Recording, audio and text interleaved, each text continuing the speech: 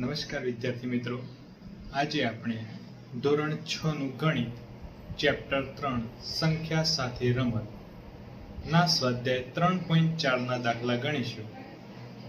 તો આપ સૌ મિત્રો ધ્યાનથી જોજો. આભાર. 3.4 સામાન્ય અવયવ શોધો. પહેલો દાખલો છે 20 અને 28. તો આપણે જોઈએ કે 20 અને 28 ના સામાન્ય અવયવ શોધવાના છે. તો અહીંયા આપણે 20 ના અવિભાજ્ય અવયવ પાડીશું અને ત્યારબાદ 28 ના અવિભાજ્ય અવયવ પાડીશું. તો આપણે 20 ના અવયવ જોઈએ તો એના અવિભાજ્ય અવયવ સૌપ્રથમ આપણે જોઈએ તો એકમનો અંક 0 છે એટલે 2 વડે ભાગ ચાલશે. તો 10 દુ 20, 2 પંચું 10 અને 5 એકા 5. ત્યારબાદ 28 ના અવિભાજ્ય અવયવ પાડીએ તો એકમનો અંક છે 8 એટલે 2 વડે ભાગ ચાલશે. તો 14 દુ 28, 14 નો પણ 2 વડે ભાગ ચાલે એટલે થાય 7 દુ 14 અને 7 એકા 7. તો 20 ના અવિભાજ્ય અવયવ આપણને મળશે 2 ગુણ્યા 2 ગુણ્યા 5 અને 28 ના અવયવ મળશે 2 ગુણ્યા 2 ગુણ્યા 7. તો સામાન્ય અવયવ આપણે જોઈએ તો 2 અને 2. તો સામાન્ય અવયવ એના થશે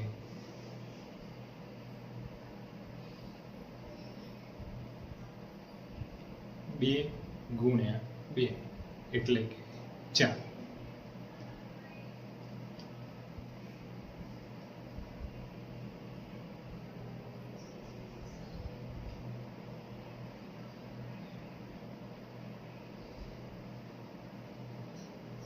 ત્યારબાદ 15 અને 25. તો બીજો દાખલો 15 અને 25. તો 15 ના અવિભાજ્ય અવયવ પાડીએ તો મળશે 5 3 15 અને 3 એકા 3. તે રીતે 25 ના અવિભાજ્ય અવયવ આપણે પાડીએ તો એકમનો અંક 5 છે જેથી 5 5 25 અને 5 એકા 5. તો 15 ના અવિભાજ્ય અવયવ આપણને મળશે 5 ગુણ્યા 3 અને 25 ના અવિભાજ્ય અવયવ આપણને મળશે 5 ગુણ્યા 5.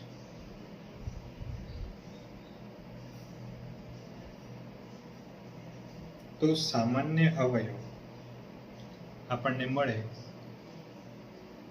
5. બરાબર. ત્યારબાદ આપણે ત્રીજો દાખલો જોઈએ 35 અને 50. તો 35 અને 50 ના સામાન્ય અવયવ આપણે શોધવાના છે. તો અહીં આપણે લખીએ 35 અને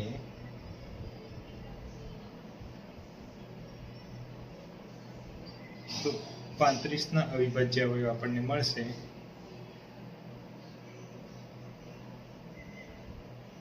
7 ભાગ ચાલશે કે 5 ભાગ ચાલશે. બરાબર. તો એકમનો 5 છે જેથી 5 વડે ભાગ ચાલશે.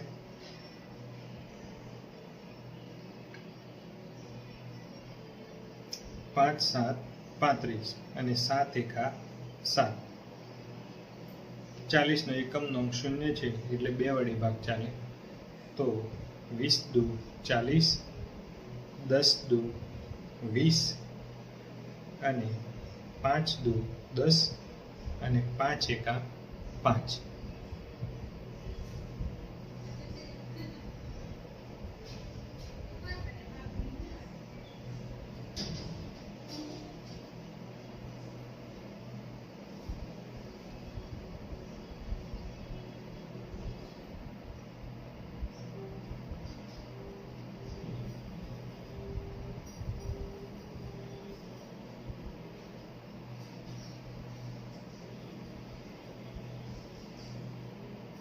તો હવે આપણે 35ના અવયવ જોઈએ તો 35ના અવયવ મળશે 5 ગુણ્યા 7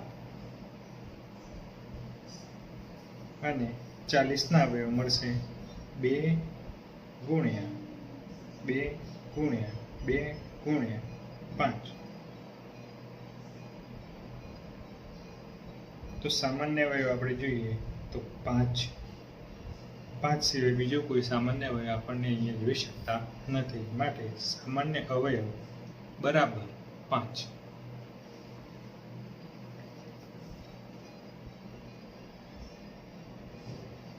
ત્યારબાદ ડી,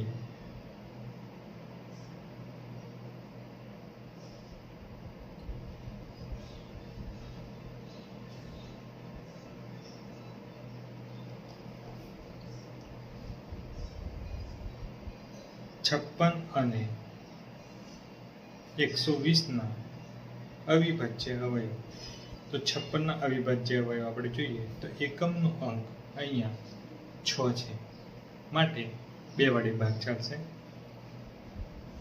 અને 120, તો 120 આપણે અહીંયા જોઈએ તો એકમનો અંક અહીંયા 0 છે, તો સૌ પ્રથમ 2 વડે ભાગ ચાલશે. તો અહીંયા 28 દુ 56, 14 દુ 28, 7 દુ 14 અને 7 એકા 7. 120 તો 60 દુ 120, 30 દુ 60, 15 દુ 30. પછી અહીંયા આપણે કરીએ 3 પંચું 15 અને 5 એકા 5. તો અહીંયા 56ના અવયવ આપણે જોઈએ તો 2 ગુણ્યા 2 ગુણ્યા 2 ગુણ્યા 7 અને 120ના અવયવ આપણે જોઈએ તો 2 ગુણ્યા 2 ગુણ્યા 2 ગુણ્યા 3 ગુણ્યા 5. તો સામાન્ય અવયવ આપણે જોઈએ તો અહીંયા 2 2 2 બરાબર. તો સામાન્ય અવયવ આપણને 3 મળે છે કે 2 ગુણ્યા 2 ગુણ્યા 2.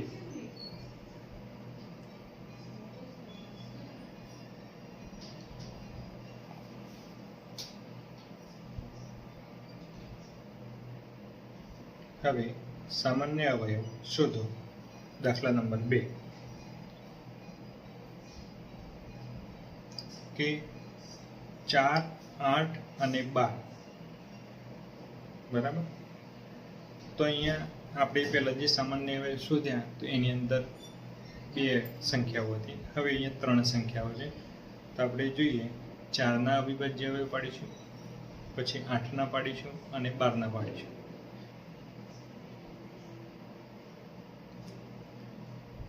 તો આપણે 4ના અવિભાજ્ય અવયવ પાડીએ. અહીંયા 8ના પાડીશું અને અહીંયા 12ના અવિભાજ્ય અવયવ પાડીશું.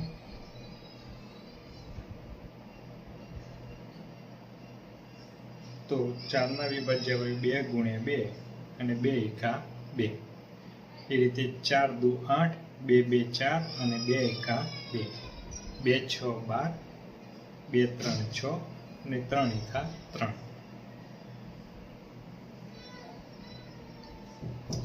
તો 4ના અવિભાજ્ય અવયવ 2 ગુણ્યા 2, 8ના અવિભાજ્ય અવયવ 2 ગુણ્યા 2 ગુણ્યા 2 અને 12ના અવિભાજ્ય અવયવ પડશે 2 ગુણ્યા 2 ગુણ્યા 3.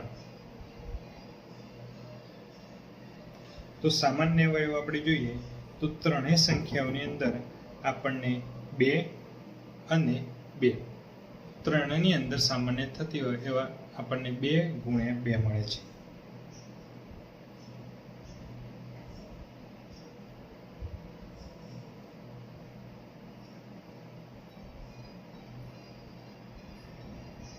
પછી 5, 15 અને 25. તો અહીંયા આપણે જોઈએ 5, 15 અને 25. તો અહીંયા આપણે જોઈએ છે કે 5, 15 અને 25ના સામાન્ય અવયવ જોઈશું તો 5, ના અવયવ, અહીંયા આપણે 15 ના અવયવ,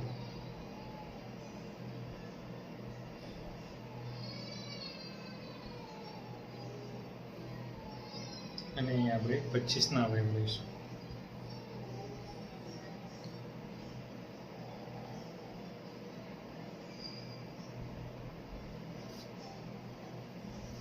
પાંચ એકા 5, 5 3 15 અને 3 એકા 3, 5 પાછું 25 અને 5 એકા 5.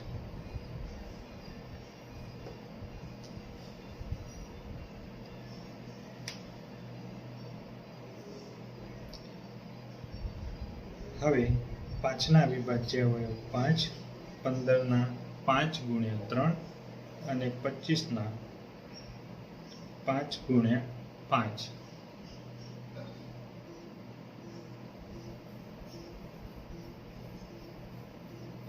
તો અહીંયા સામાન્ય અવયવ આપણને માત્ર 5 મળે છે.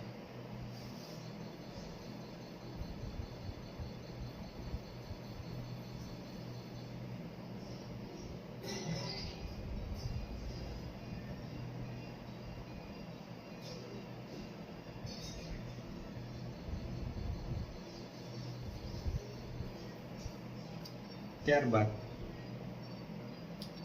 દાખલા નંબર આપણે 3 જોઈએ આગળ. તો પ્રથમ 3 સામાન્ય અવયવી શોધો. હવે આપણે અત્યારે જોઈએ એ અવયવ, અને હવે આપણે જોવાના છે અવયવી શોધવાના છે કે 6 અને 8 ના અવયવી. પ્રથમ 3 સામાન્ય અવયવી લેવાના છે. તો આપણે અહીંયા 6 અને 8 ના અવયવી જોઈએ કે 6 અને 8. તો 6 ના અવયવી થાય 6 એકા 6, 6 દુ 12, 6 તારી 18, 6 4 24, 6 5 30, 6 6 36,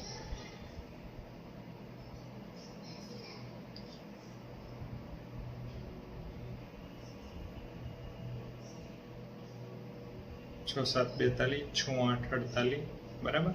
એમ અનંત સુધી એના અવયવ આપણને મળશે. ત્યારબાદ 8 ના 8 એકા 8, 8 દુ 16, 8 3 24, 8 4 32, 8 5 40, 8 6 48, એમ અનંત સુધી એના અવયવી આપણે લઈ શકીએ છીએ. હવે આપણે જોવાનું છે કે 3 સામાન્ય અવયવી, પ્રથમ 3 સામાન્ય અવયવી શોધવાના છે. તો 6 ની અંદર આપણને મળે છે 24, ત્યારબાદ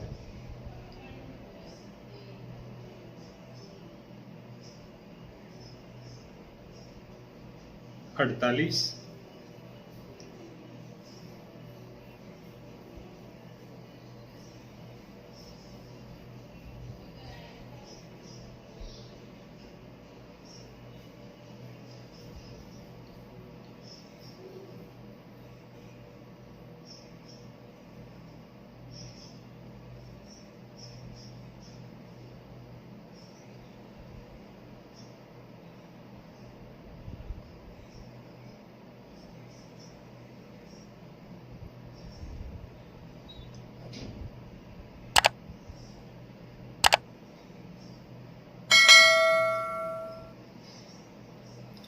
બાર અને 18 ના પ્રથમ 3 સામાન્ય અવયવી. તો આપણે 12 ના અવયવી લઈએ.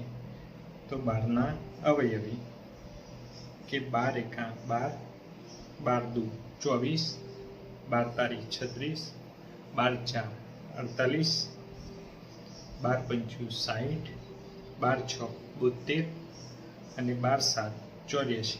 તે રીતે અનંત અવયવી હોય છે. તે રીતે 18 ના અવયવી 18 એકા 18, 18 દુ 36, 18 તારી 54,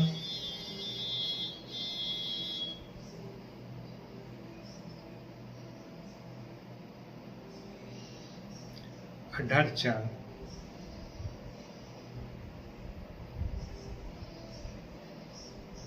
72, 18 પંચું 90. તો હવે આપણે આ બંનેમાં સામાન્ય અવયવી લઈએ. તો પ્રથમ 3 સામાન્ય અવયવી, તો પ્રથમ અવયવી આવશે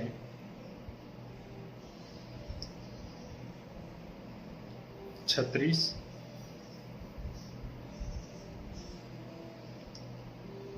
ત્યારબાદ 72. હવે અહીંયા આગળ કોઈ આપણને સામાન્ય અવયવી દેખાતો નથી, તો આપણે 12ના અવયવી જે છે એ આગળ લંબાઈએ. તો 96, 108, બરાબર. તો અહીંયા 108 સામાન્ય અવયવી આપણને દેખાય છે. તો 36, 72 અને 108. તો આ એ આપણા પ્રથમ 3 સામાન્ય અવયવી થાય.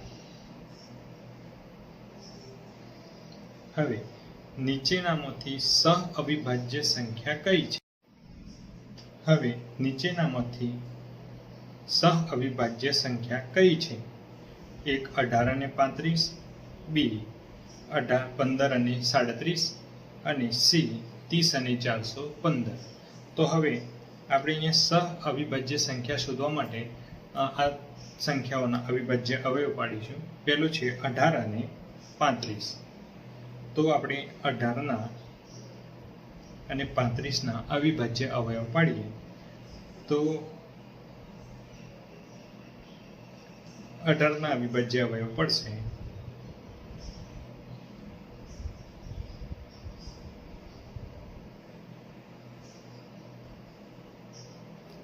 એકમ નંગ 8 છે, એટલે 2 વડે ભાગ ચલીએ તો 2 9 18, 3 તારી 9 અને 3 એકા 3. અને 35 નો 5 7 35 અને 7 એકા 7. તો અહીંયા બંનેના આપણે અવયવ લખીએ તો 18ના અવયવ થાય 2 ગુણ્યા 3 ગુણ્યા 3 અને 35 ના થાય 5 ગુણ્યા 7. તો હવે આપણે અહીંયા બંને સંખ્યાના અવયવ જોઈએ તો એ સંખ્યાઓની અંદર આપણે જોઈએ તો કોઈ જ સામાન્ય અવયવ નથી, બરાબર. આ બંને સંખ્યાના અવયવ લઈએ તો એમાં કોઈ જ સામાન્ય અવયવ આપણને જોઈ શકાતા નથી. તો માટે 18 અને 5 એ સહ અવિભાજ્ય સંખ્યા છે. સામાન્ય અવયવ ના હોય તો એ સહ અવિભાજ્ય સંખ્યા કહેવાય.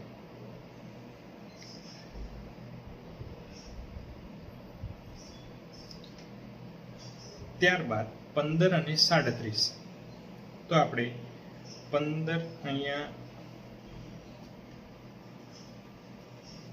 15 અને 37ના અવયવ પાડીએ તો 15ના અવયવ થાય 5 ગુણ્યા 3 અને 37 એ એક અવિભાજ્ય સંખ્યા છે, એટલે 37 ગુણ્યા 1 થાય. તો અહીંયા આ સંખ્યાઓની અંદર પણ આપણને કોઈ જ સામાન્ય અવયવ જોઈ શકતા નથી. તો માટે 15 અને 37 એ સહ અવિભાજ્ય સંખ્યા છે.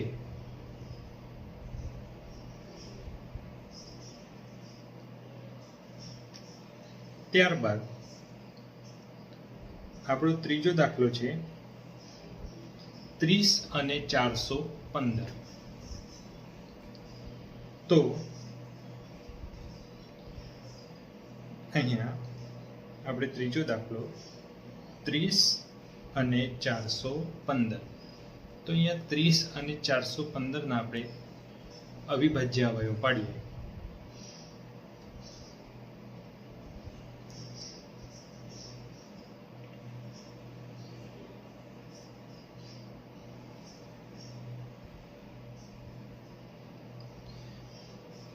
તો 30ના અવયવ આપણને મળશે 2 15 30, 3 પંચું 15 અને 5 એકા 5. તે જ રીતે 415ના અવયવ. તો સૌ પ્રથમ આપણે ભાગ ચાલે 5 8 40 અને 5 3 15 એટલે 83, બરાબર. હવે 83, તો 83 એ એક અવિભાજ્ય સંખ્યા છે, માટે 83 એકા 83. તો 30ના અવયવ આપણને અહીંયા મળે છે 2 3 અને 5 અને 415ના 5 ગુણ્યા 83. તો અહીંયા સામાન્ય અવયવમાં આપણને 5 દેખાય છે. તો એક સામાન્ય અવયવ છે, તો માટે 30 અને 83 એ સહ અવિભાજ્ય સંખ્યા ન હોઈ શકે.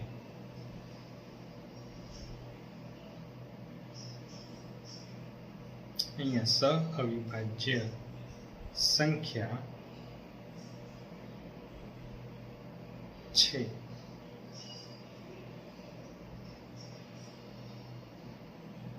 પછી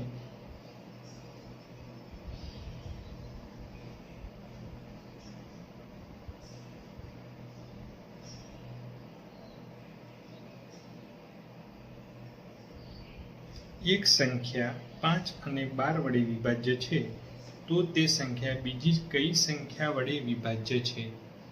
બરાબર.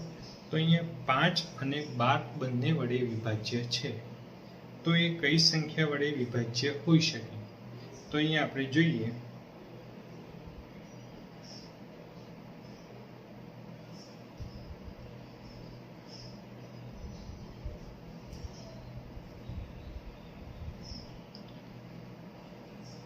પાંચ એના આપણે જોઈએ અવયવી કે 5 એકા 5, 5 દુ 10, 5 3 15, બરાબર, 5 4 20, 5 5 25. તો અહીંયા આપણે 5 ના અવયવી લઈ લીધા.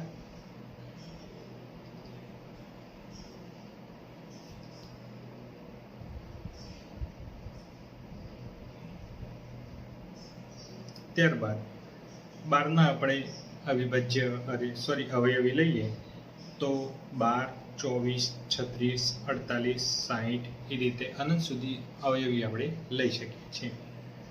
પછી અહીંયા આપણે જોઈએ કે 5 ના અવયવી અને 12 ના અવયવી, તો એની અંદર આપણને સામાન્ય અવયવી કયો મળે છે?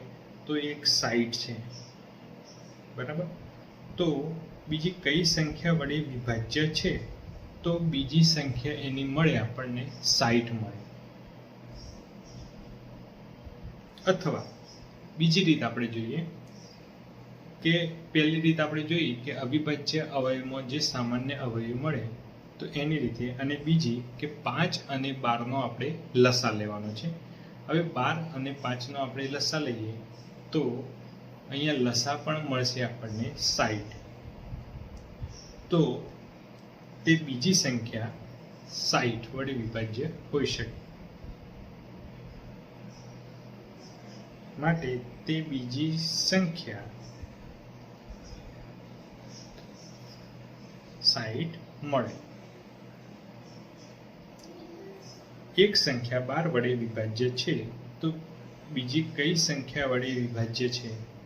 બરાબર. તો કોઈ એક સંખ્યા એવી છે કે જે 12 વડે વિભાજ્ય છે તો તે બીજી કઈ સંખ્યા વડે વિભાજ્ય હોઈ શકે? તો અહીંયા આપણે લઈએ 12 ના અવયવ. તો 1, 2, 3, 4 અને 6 અને 12. તો આ મળે આપણને 12 ના અવયવ. તો તે બીજી સંખ્યા આપણને મળે 1, 2, 3, 4 અને 6. તો આ દરેક સંખ્યા વડે તે વિભાજ્ય હોઈ શકે.